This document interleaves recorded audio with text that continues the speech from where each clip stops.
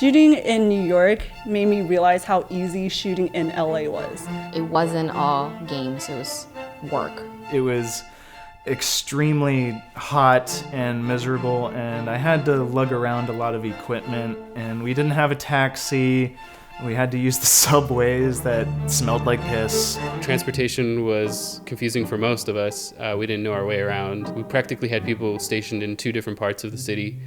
That was also another interesting challenge. There was one moment where a hotel dropped out on us last minute, and we were supposed to film at that hotel the next day.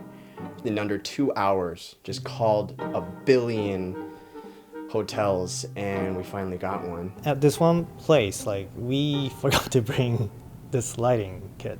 So we had to come up with this shitty rig solution.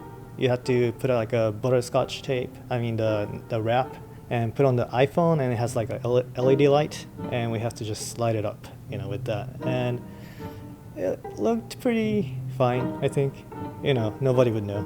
We casted Darren's uncle to play the doorman, and he confused the call time to be 8 p.m. instead of 8 a.m. So on the day of, Darren told her boss and her boss's husband, out of nowhere, was like, I'll help out. Ran all the way to Eurostar Hotel. Didn't know me. He was like, is there an Anthony here? I'm like, I'm Anthony. And hi, I'm Hal. We were shooting a very, very short scene when Vito pulls down the fire escape to climb up to his parents. They didn't have a spring-loaded ladder, so we had to make it look like it was spring-loaded, so I volunteered to lift the really heavy ladder and, give some resistance to it and then lower it.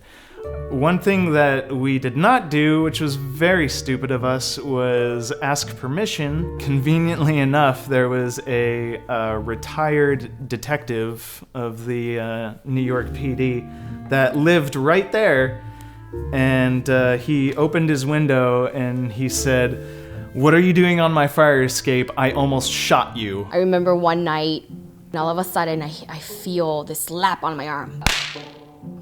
Scaring me. I wake up and I'm like, what? Jen? She wakes up like, oh my God, did I just hit you? Yes, you hit my arm. Oh, I'm so sorry. I was dreaming that I was trying to reach over for some luggage. The gear in the train was leaving me. So this is how much we were tired, we were exhausted, and all we were thinking, even dreaming, was the film.